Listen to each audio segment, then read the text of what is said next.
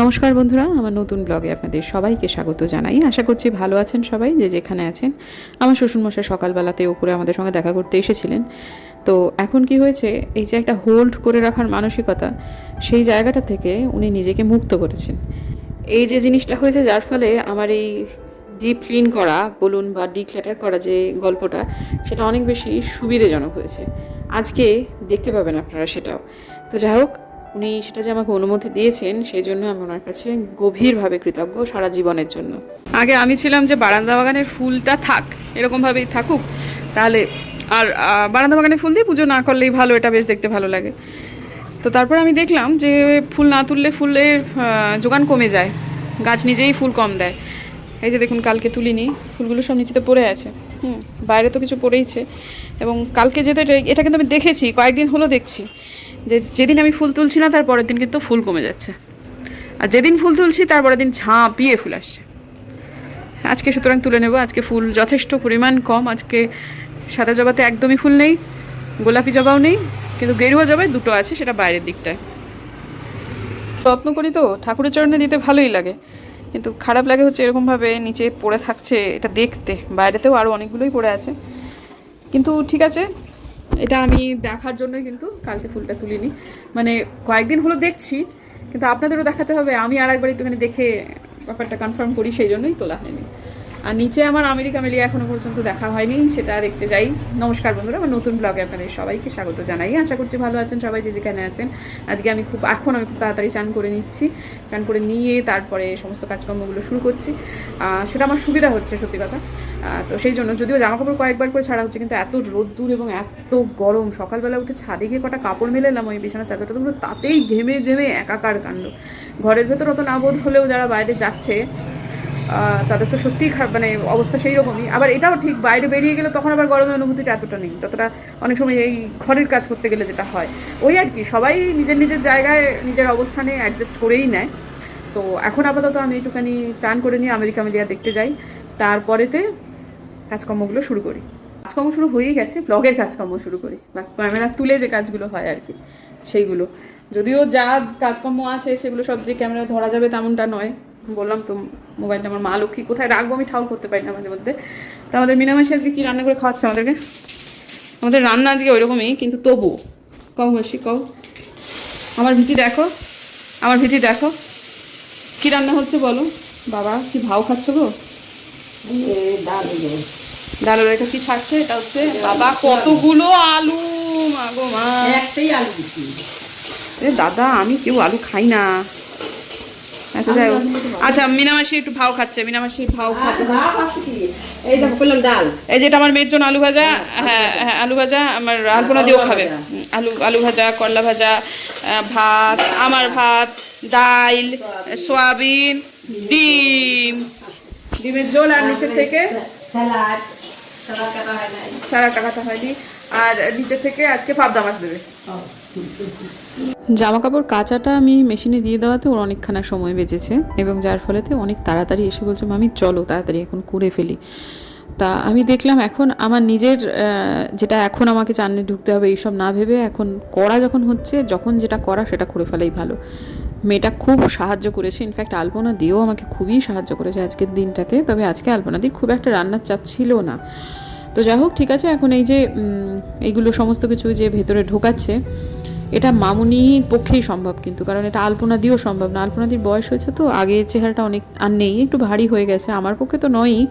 মামুনি একেবারে ছিপছিপে রোগা, ও ভেতরে ঢুকে ঢুকে করে নিতে পারছে। আর উল্টো দিকটা খুললে কিন্তু সমস্যাটা মিটে যেত, কিন্তু আমাদের উল্টো দিকটা খোলা যাচ্ছে না, কারণ বার্নিশ করার সময় সেটিংয়ে গন্ডগোল হয়ে গেছে। এটার জন্য আবার আমাদের কোনো একজন কার্পেন্টার কাউকে একটা ডাকতে হবে, ওটা চেয়ে দিতে হবে।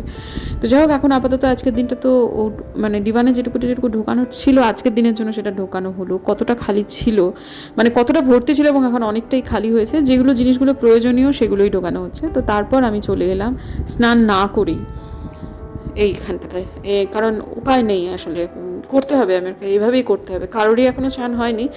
আর এই সমস্ত জিনিসপত্রগুলো না খুব একটা চান করে যে করা যাবে এমনটা নয় আর কি, খুব ধুলোধালা। কালকে যেমন চান করার পর আবার প্রায় আর এক রকম চান করতে হয়েছে। তো যাই হোক, আজকে আলপনা দিকে আমি বলেছি জানলাগুলো সমস্ত খুলে দাও, কারণ আমার খুব সম্প্রতি মানে আমার এক পরিচিত একজন, তার ভাসুর ওই বোধহয় কয়েকদিনের জন্য একটু বেরিয়েছিল, কয়েকদিন মানে বেশ কয়েকদিনের জন্য, মাসখানেকের ওপরে। দরজা খুলে, গ্যারেজের দরজা খুলে ঢুকতে গিয়ে ভীমরুলের চাক পড়েছিল, মাথায় চাকটা সমেত খুলে পড়েছিল, এবং তারপরে অসংখ্য ভীমরুলের কামড়ে ভদ্রলোক মারা যান। তো সেটা হয়েছে যে ওদের যে গ্যারেজের দরজাটা সেটা অনেক দিন খোলা ছিল না, মানে ওরা এমনিতেই বাড়িতে ছিল না, তারপর আবার গ্যারেজের দরজাটা অনেক দিন খোলা ছিল না, বাইরে থেকে ওই দিক দিয়ে ঢুকতে গিয়ে এই কাণ্ডটা হয়েছে। আশপাশে অনেক ঘটনাই ঘটে যেগুলো থেকে আমাদের শিক্ষা নিতে হয়, সেরকমই যে সমস্ত যেগুলো বন্ধ জানলা আমরা সচরাচর খুলি না, সেগুলো কিন্তু এখন আমি খুলছি, সেজন্য ডাসা দিয়ে বাড়ি মারতে হচ্ছে অনেক সময়, তাও করতে হচ্ছে। তো যাই হোক, অনেকটাই হয়েছে, তবে সবটুকু হয়নি, তবে 95% হয়ে গেছে, আরও কিছু কিছু কাজ বাকি আছে। আর এখন আমি খুব খুশি হয়ে যাচ্ছি এটা দেখে যে এই যে জামা কাপড়ের স্তূপ, সেটা ঠিকঠাক রাখবার জায়গা ছিল না আলপনাদির, বেচারি ও রাখবে কোথায় বলুন দেখি। এই যে একটা জিনিস পাওয়া গেল, এটা আগে তো শ্বশুরমশাই ছাড়তে চাইছিলেন না, কিন্তু এখন ছেড়ে দিয়েছেন, এটা কোনো ব্যবহার ছিল না, এটা খালিই পড়েছিল। তা এই যে এটা এখন দেওয়া হলো যে আলপনাদির জামা কাপড়গুলো এখানে ঠিকঠাক রাখা হবে, যদিও ঠাকুর ঘরে জামা কাপড় রাখা খুব একটা ভালো আইডিয়া নয়, কিন্তু আপাতত তো থাকুক, অন্তত বিন্যস্ত লাগবে অনেকটাই। যেরকমভাবে ঠাকুরকে আমি চৌকো করে রেখে দিয়েছি, অর্থাৎ আলমারিটা দিয়ে ঢেকে মতো, সেরকমই থাকবে, কিন্তু এই যে ভীষণ অগোছালো যে একটা ব্যাপার স্যাপার, সেইটা খানিকটা মিটলো। আর যে জায়গাটায় স্তূপ করে ওই দড়ি টড়ি টাঙানো ছিল, সেই জায়গাটা রেখে দিলাম হচ্ছে চালের, ওটা চালের যে ড্রামগুলো, সেই চালের ড্রামগুলো কিন্তু খুব বেশি দিন আর থাকবে না, আমি সুদৃশ্য ড্রাম কিনবো চালের। তো যাই হোক, এখন মামুনি চলে গেছে, মামুনের একটু তাড়াহুড়ো ছিল, আর বাচ্চাটাকে রেখে আসে পিছুটানকে আমি অস্বীকার করতে পারি না, মায়ের পিছুটান সাংঘাতিক হয়। তো যাই হোক, এই যে দেখুন আলপনাদি তারপরে ওকে পাঠিয়ে দেওয়ার পর, এই যে ও যেহেতু বেশিক্ষণ থাকতে পারবে না, তাই কিন্তু আমি চানটাও তাড়াতাড়ি করে করিনি। তো আলপনাদিকে বললাম তুমি তোমার বিছানাটাও এবার পরিষ্কার করো, এবং এই যে আলপনাদি ওই তলায় তলায় যে দেখুন শাড়িগুলো আমি বাতিল করি আলপনাদিকে দিই, সেইগুলো আলপনাদি নিচে নিচে পেতে রেখেছে, এখনও পর্যন্ত বাড়িতে নিয়ে যায়নি। আলপনাদিরও কিন্তু প্রচণ্ড হোল্ড করে রাখার মানসিকতা, ঠিক যেমন আমার মায়ের। আমি একটা জিনিস বুঝতে পেরেছি বন্ধুরা, মানে সেটা সবার ক্ষেত্রে সত্যি নাও হতে পারে, তবে মেজরিটি এটাই, যারা খুব কষ্ট করেছে একটা সময়, তাদের এই হোল্ড করে থাকার মানসিকতাটা একটু বেশি, কারণ তারা মানে একটু ইনসিকিওর হয়ে থাকেন কখন কি লাগে, যাতে তাদের কোনো অসুবিধে না হয়, যাতে তাদের আবার পুরোনো দিন ফেরত না আসে, আবার সেই নেইয়ের অবস্থায় না আসে, তাই জন্য তাদের এই হোল্ড করে থাকার মানসিকতাটা আমি একটু খেয়াল করছি। আমার মায়ের, আমার দেখা যতজন মানুষ আছেন সব থেকে বেশি হোল্ড করার মানসিকতা, মানে বলার মতো নয়। তো যাই হোক, এখন মোটামুটি হয়ে যাওয়ার পর আমার এখন এই মুহূর্তে আলপনাদি করছিল, বললো যে বৌদি এখানে তোমার কোনো কাজ নেই, এবার তুমি যাও, তোমার কাজটুকু তুমি সেরে এসো। তো আফটার লুকটা একটু দেখিয়ে নিই, এই যে একটু আগে সমস্ত হয়েছে, আলপনাদি মুছে দিয়েছে, এখনও জলটাও পুরোপুরি শুকোয়নি। এই যে টেবিলটা ক্লিন করে ফেলেছে, ও নিজের যা যা যা জিনিসপত্র ছিল সেগুলো সমস্ত কিছু সরিয়ে ফেলেছে, বিছানার চাদর বদলে দিয়েছে, এবং এখনও মেঝেটা পুরো শুকোয়নি। আর এই জায়গাগুলোতে কিছু কিছু জিনিস আছে যেগুলো কিন্তু সরে যাবে। এখন সব থেকে বড় কথা হচ্ছে এই যে যেটা আমি এখনই আঙুল দিয়ে দেখাবো, এইটা চলে যাবে হচ্ছে সেই জায়গায় যেখানটাতে এই আলনাটা ছিল, ওটা আমার শ্বশুরমশাই নিচে চেয়েছেন, আলনাটার জায়গাটা খালি হলো না, সেই জায়গাটা এখানে চলে যাবে, এইগুলো সরে যাবে, এইটাও সরে যাবে, আর এই যে ছবিটা এটাও কিন্তু চলে যাবে, সেগুলো সমস্ত কালকে হবে এই সময়টাতে। এরপরে যদি এবার পুজোয় না বসি, তাহলে আর একটু অসুবিধা হয়ে যাবে। একটা ঠাকুর ঘর থেকে মানে বিশ্বাস করবেন না বন্ধুরা, কয়েক বস্তা বেরোলো আবর্জনা, মানে এইভাবে ঠাকুর এতদিন ছিলেন সেটা মানে ভাবতে পারছি না আমি জাস্ট, কিন্তু এইভাবেই ছিলেন, কিন্তু এখন কিন্তু ভালোই হয়ে গেছে। ভেতরেতে মানে খাটের নিচে আমি কোনো কিচ্ছু রাখতে চাইনি, আমি জানি চালের ড্রামটামগুলো ভেতরে রাখলেই হতো, কিন্তু কি বলুন তো, এটা রাখলে, ভেতরে রাখলে মানে নোংরা হবেই, ও কিছু করার নেই, তাই জন্য সমস্তই বাইরে বার করে দিয়েছি যাতে দৃশ্যমান থাকে। তবে এই মুহূর্তেও খাটের তলায় কিছু জিনিসপত্র আছে, সেগুলো আমি নিয়ে যাব কাঁসা পেতলের দোকানে, ওগুলো সমস্ত ভেঙে গেছে জিনিসপত্র, সেগুলো সময় বদলে নিয়ে আসতে হবে, যাই হোক একটা কিছু করতে হবে। কিন্তু ওইটুকু ছাড়া এই মুহূর্তে কিন্তু নিচে একটা টুল বাদ দিয়ে আর ওই কয়েকটা ভাঙাচোরার প্যাকেট, তাছাড়া কিন্তু আর কিচ্ছু নেই। তবে বিছানাটা আলপনাদি পুরোপুরি ওপরটা এখনও গোছাতে পারেনি, ওটা মোটামুটি ফাইনালি কালকে হয়ে যাবে, কালকের মধ্যে একদম ঠাকুরঘর পুরো সেট হয়ে যাবে। আজকে যা গরম পড়েছে, তাতে করে একটু বৃষ্টি হওয়ার কথা, কিন্তু শিলিগুড়ির আবহাওয়ায় অন্তত ওই জিনিসটা হওয়া উচিত, তাই হয়ে থাকে সাধারণত। বাপরে কি গরম! তবে আমার আজকে না একটু শরীরটা খারাপ করছে, খুবই ঘুম ঘুম পাচ্ছে, এবং ওই আপনাদের সাথে দেখা হলো, তারপর চান টান হলো, পুজো হলো, সবই হলো, তারপরে তো হাজব্যান্ড এলো, খেতে দিতে দিলাম, নিজে খেলাম, যেই খেলাম সাথে সাথে এত অবসন্ন লাগছে। মাঝখানে আবার পুজো করার পর মানে খাওয়ার আগ দিয়ে, হ্যাঁ মোমবাতি তখন ঢোকেনি, তারপর খানিকটা কাজও করলাম আবার এই ঘরটা, যাই হোক, কিন্তু কেন জানি না এই মুহূর্তে আর কিছুই ভালো লাগছে না। তো নিচের পুজো হয়ে গেছে, সেটা করতে গিয়ে আরও ঘেমে নেই একাকার। খানিক বিশ্রাম নিয়ে সন্ধেবেলায় আবার ব্লগে আপনাদের স্বাগত জানাই। সন্ধেবাতিটাতি সব কিছু দেওয়া হয়েছে, এইবার একটু দৌড়ে দৌড়ে কাজকর্ম করতে হবে। এই যে আমি আজকে আমার আলমারিটা পুরোটা খালি করে ফেলেছি, না পুরোটা খালি হয়নি, কিছুটা বাকি আছে এখনও। সিনথেটিক শাড়িগুলো এখনও পর্যন্ত এখান থেকে করিনি, তবে দামি দামি শাড়িগুলো সমস্ত কিছু বার করে ফেলেছি আলগোছে, চোখের দেখায় মানে নাড়াচাড়া না করেই এমনি হাতে নিয়ে কয়েকটা শাড়ি কিন্তু বাতিল করেছি। এর মধ্যে থেকেও যেগুলো এখন বিছানায় আছে সের মধ্যে থেকেও কিন্তু শাড়ি বাতিল হবে, কিন্তু এখন পর্যন্ত এই খাটের ওপর রাখছি। লোক পেয়ে গেলে তারপর হয়তোবা কাল পরশুই আমি আমার আলমারির স্থানটা পরিবর্তন করে ফেলবো। কিন্তু ওই যে দৌড়ে দৌড়ে তার চোখের সামনে দিয়ে, মানে আমার প্রতিদেবতা এসেছেন, তার চোখের সামনে দিয়ে এত কাজ করেছি, তিনি গেছেন একটুখানি খেপে। এই সময় তিনি আমার একটু ক্লাস নিচ্ছেন, তিনি বারবার করে আমাকে এটা বলছেন যে তুমি খুব বেশি বাড়াবাড়ি করছো, এত দৌড়ে দৌড়ে কিছু করতে যেও না, এত কিছু একদিনে করতে যেও না, তুমি দিনের বেলাটায় ডিক্লেটার করো, সন্ধেবেলায় গিয়ে তুমি আবার বেশি বাড়াবাড়ি করো না। হ্যাঁ, সব কিছুরই একটা সময় আছে, সব কিছুরই একটা নিয়ম আছে। এই সবগুলো অনেক জ্ঞানের কথা শোনাচ্ছিল জ্ঞানানন্দবাবু। তো যাই হোক, আমিও মাঝে মাঝে একটু আত্মপক্ষ সমর্থনের চেষ্টা করছিলাম। আর তারপর বলছিলাম তুমি বলো, আমার তো দুটো কান, আমি এক কান দিয়ে ঢোকাবো আর এক কান দিয়ে বার করবো। আমি একটা ডেট নিজের মাথায় দিয়ে দিয়েছি, এর মধ্যে আমি সব কিছু করবোই। হ্যাঁ, অগোছালো অবিন্যস্ত স্তূপাকৃতি ঘরে থেকে থেকে অভ্যেস হয়ে গেছে, তো তাই জন্য এরকম আর কি। যখন তারপর সত্যি সত্যি করে ফেলবো তখন খুব অ্যাপ্রিসিয়েট করবে, কিন্তু এখন আমাকে আজকে খুব করে বলছে তোমার একটু বাড়াবাড়ি হয়ে যাচ্ছে, কিন্তু তুই বাড়াবাড়ি হয়ে যাচ্ছে। হ্যাঁ, কোথায় গিয়ে একটুখানি থামতে হয় বুঝতে হবে। তো যাই হোক, ওই আর কি বলবো, ঠিক আছে আপাতত। তো আমার হাজব্যান্ডে আজকে এসে কলেজ থেকে ফিরে পড়ে, সে যেহেতু ভাত খেয়েছে, সে আর রাত্রেবেলায় ভাত খাবে না। এই সময়টায় মোটামুটি 8:30 মতো বাজে। তো সে খাবে হচ্ছে ডিমের পোচ, তার আজকে ডিনার হচ্ছে, মানে ওই আর কি, শুধু দুটো ডিমের পোচ। আর টুপুর আমার খাবে ভাত। তাকে আমি বললাম যে মা তুই কি একটুখানি ডিমের পোচ খাবি, তো রাজি হলো দুটো ডিমের পোচ খেতে। তো আমার হাজব্যান্ড একটু ওই সফট পোচ খেতে ভালোবাসে, আর আমার মেয়ে একটু হার্ড খেতে ভালোবাসে, মানে মাঝামাঝি আর কি, বাপের তুলনায় একটু কম আর কি। আর আমি পোচ খেতে একদম ভালোবাসি না, সত্যি কথা। আমার মেয়েটা একদম আমার মতো না, মানে তার সবটুকুই তার বাবার মতো। যাই হোক, ঠিক আছে, সে খুব ভালোবাসে পোচ খেতে। আর মেয়ে যেহেতু ভাত খাবে, তো তাকে একটু মেখে দিতে হবে, আল্লাদি মেয়ে আমার, সুতরাং তো যত বড়ই হয়ে যাক না কেন, আমি যতদিন পারবো আমি মেখে দেবো, সত্যি কথা। তো যাই হোক, এখন একটু মাখন দিয়ে, সে বলেছে ডাল ছাড়া যেন আর কিছু দিও না, মাখন আর ডাল ছাড়া। আমি ঠিক আছে তাই হোক বাবা। তো এখন তাকে মেখে দিচ্ছি, কিন্তু আমার একটু মাথাটা গরম হয়ে আছে বরের ওপর, যার ফলে আমি কিন্তু প্রথমে চটকে নিইনি, যদিও ভাতটা গরম ছিল। আর আমার কীরকম আন্দাজ দেখেছেন তো, যতটুকু ভাত ছিল আমার মেয়ের কিন্তু হয়ে গেল। হ্যাঁ, যদি আমার মেয়ে আজকে রাত্রেবেলায় না খেত, তাহলে এই ভাতটা উদ্বৃত্ত হতে পারতো। বা ওই আলপনাদি মাঝে মাঝে করে যে তোমার কি ওপরে ভাত আছে বৌদি, কারণ নিচেও আমি ভীষণ মানে হিসেবে রান্না হয়, তো তো যদি থাকে উপরে, তাহলে ওই আলপনাদি নিচে নিয়ে যায়। অনেক সময় আলপনাদি এই বাড়ি থেকেই ভাতটা নিয়ে যায়, ওই উপর নিচ মিলিয়ে হয়ে যায় মধ্যে কথা আর কি। এখন খুব একটা ফ্রিজে ভাত রাখতে হয় না। তো আজকে মেয়ে খেলো এবং ভাতটা একদম টায় কিন্তু হয়ে গেল। আর রাত্রেবেলা আমার অনুমান ছিল যে বুম্বাদা হয়তো ভাত খাবে, কিন্তু সেটা যা হোক তো খেলো না। কিন্তু টুপু যেহেতু খেলো, মোটামুটি ভাত কিন্তু আজকে একদম ঠিকঠাক হয়ে গেছে। তো এখন আমি বাসন কোসনগুলো মেজে নিই। বর কিন্তু প্রচণ্ড খ্যাচখ্যাচ করছে আজকে আমার ওপর, কারণও আছে অবশ্য, সেটা বুঝলাম। তো মেয়েকে আজকে আমি খাইয়ে দিইনি, জানেন তো, ভাতটা মেখে দিয়েছি। মেখে দিয়ে আসলে এত গরম, আর তার বাপের সাথে ওই ওর বুম্বাদা বারবার বলছে যে তাড়াতাড়ি করো তো, তাড়াতাড়ি করো তো, এসো এসো ঘরে এসো, ঘরে এসো, ইয়ে করো না, শুতে এসো। এসবগুলো এত বেশি বেশি করে বলছে যে আমি তাকে বললাম যে মা আজকে ভাত খাচ্ছিস, আজকের দিনটা তুই একটুখানি, আমি তোকে মেখে দিয়েছি, সব কিছু করে দিয়েছি, নিজে নিজে খেয়ে নে।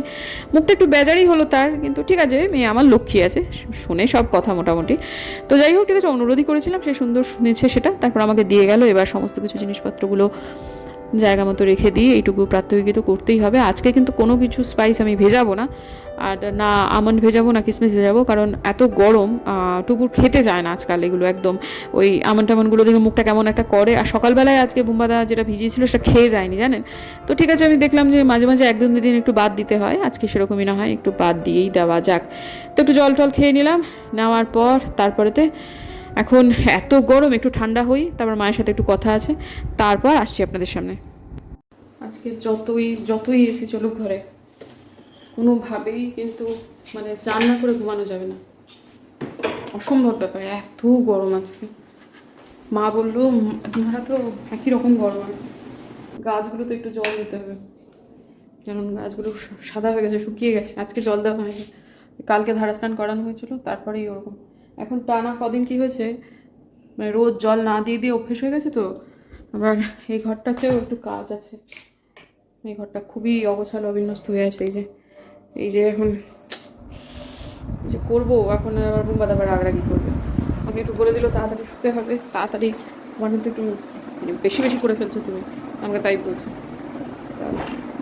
গাছে তো জল দিতেই হবে, তো এখন গাছে জল দিয়ে না আর অন্য কিছু করা যাবে না, কারণ তলাটা পুরো ভিজে যাবে। তো তো এটা করে নিই আগে, এই বিছানাটুকু চট করে একটুখানি ক্লিন করে নিই, তারপর দেখি।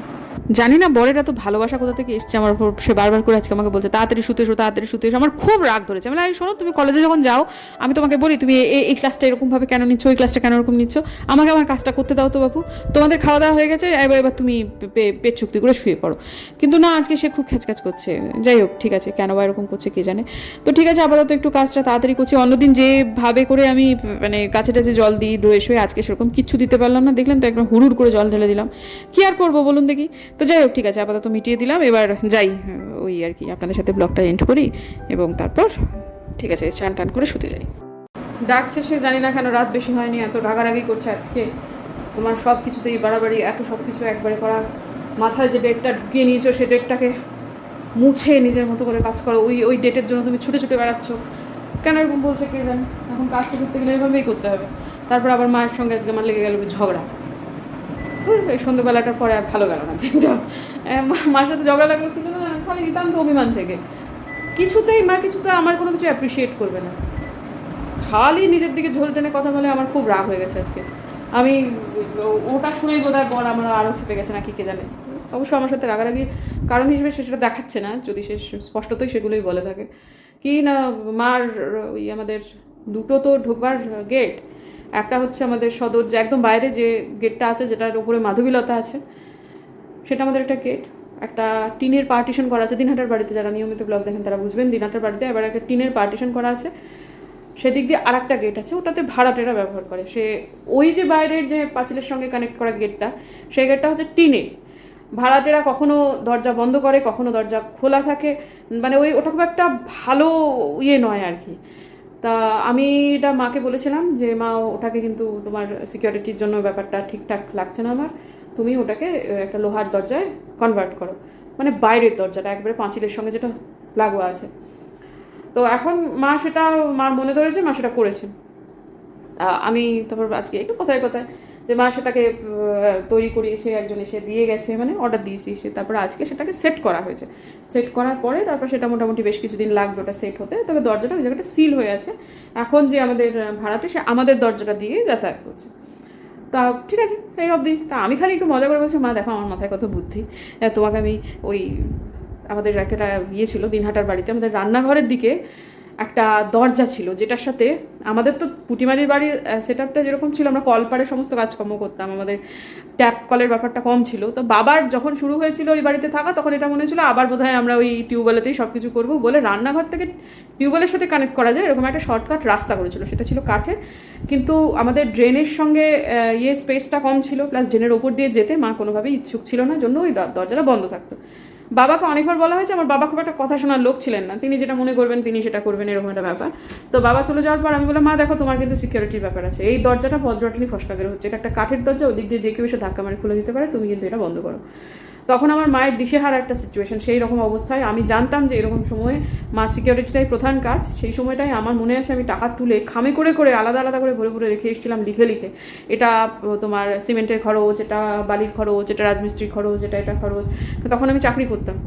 তা একটা টাকা তুলে দিয়েছিলাম, 1 মাসের মধ্যে 2-3 বার করে যেতাম। তো যাই হোক, সেই কাজটা মা করেছিল অনেকদিন। কিন্তু ওই জায়গাটাতে ওইরকম সিমেন্টের রঙই ছিল, মানে রান্নাঘরের রঙটা একরকম, ওই সিমেন্ট দেওয়া জায়গাটা একটা সিমেন্টের কালার আর কি। তারপরে অবশ্য রঙ হয়েছে।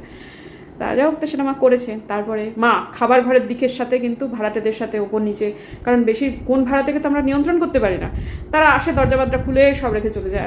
তোমার কিন্তু একটা সিকিউরিটি ব্যাপার আছে, তোমার কিন্তু সিঁড়িতে যে লোহার দরজাটা সেটা আমার বলার পর লাগানো হয়েছে, মা সেটা লাগিয়েছে। তারপরে ছাদে কাঠের দরজা, এগুলো কিন্তু সব বাবা মারা যাওয়ার পরে। মা কাঠের দরজার বাইরে কিন্তু একটা লোহার গ্রিল দিয়ে দরজা দিতে হবে, নাহলে কিন্তু খুব মুশকিল আছে, নাহলে অসুবিধা হয়ে যাবে। মা সেটা করেছেন, দুটোই করেছেন, দুটো ছাদের দরজা আছে, দুটোতেই দিয়েছেন। আচ্ছা, তারপর এইবারেতেই যে এটা আমি বলার পর মা সেটা করেছেন। তো মা তোমার নিজের মাথায় কিছু খেলে না, সবসময় আমি বলবো তারপর করতে হবে। তা আমি খালি, মা একটু দেখো আমার কত বুদ্ধি, তোমাকে কত কিছু বলে দিই, তুমি আমাকে একটু অ্যাপ্রিসিয়েট করো। মা খালি নিজের দিকে ঝোল টেনে কথা বলছে, আমি তো করলাম আমি তো করেছে মাই, সত্যি কথা। হ্যাঁ, তোরা তো থাকিস অত দূরে, তোরা তো কি বলে ওই ফোনে বলে দিচ্ছিস, হ্যাঁ তোর মাথায় খেলছে, তুই মাকে নিয়ে ভাবছিস, হ্যাঁ কিন্তু কাজটা তো আমিই করলাম। মার স্ট্যামিনার কোনো শেষ নেই, এটা ঠিক কথা। এই বয়সে এত সুন্দর করে বাড়ি রং করা, সবাই তাক লেগে যায় মার স্ট্যামিনা দেখে। হ্যাঁ এই এত, কিন্তু কখনো কখনো তো কেউ বলতে পারে যে হ্যাঁ তুই, তোর মাথায় অনেক বুদ্ধি। খালি খালি নিজের দিকে সবসময় হ্যাঁ আমরা সবসময় তো এগুলো বলছি, তুমি একবার একটুখানি বলো না। তো তোর মাথায় বুদ্ধি নেই তো আমি কি বলবো, আমাকে বলছে। আমরা মা এগুলো আমি তোমায় বুদ্ধি দিই, তোমার এগুলো মনে হয় না যে আমি বুদ্ধি দিচ্ছি তারপর তোমার এগুলো মাথা খুলছে? কোথায় তোর বুদ্ধি? খুব রাগ হয়ে গেছে আমার। আমি মার সাথে হ্যাঁ তোমার সাথে আমার কথা নেই, হ্যাঁ না তেরা নেই। তারপর নিজে পরে মনে করছি দত্তরিকা কী এমন এগুলো, কিন্তু সাধারণ মাতার বিয়েরা আমি কিসের এমন বুদ্ধিমতী? কত লোকে তো, আমার তো পৃথিবীতে সব থেকে বেশি নির্বোধ আমাকে নিজেকেই লাগে। কেন মার কাছে বুদ্ধির যাই করতে গেলাম, কোনো মানে হয় বলুন থেকে? তারপরে ফোন টোন করেছি, তারপর থেকে আমার বরটা দেখছি আমার উপর একটু খেপে খেপে যাচ্ছে। হ্যাঁ তারপরে একবার একটা বলছে যাতায়াতে, ওই যে যখন শাড়ি নিয়ে দৌড়াদৌড়ি করছে তখনই বলছে যারা নিজেদের বুদ্ধিমান মনে করে তারা পৃথিবীর সব থেকে বড় গাঁড়ল। নিজেকে আমি বুদ্ধিমতী ভাবি না, সত্যি কথা।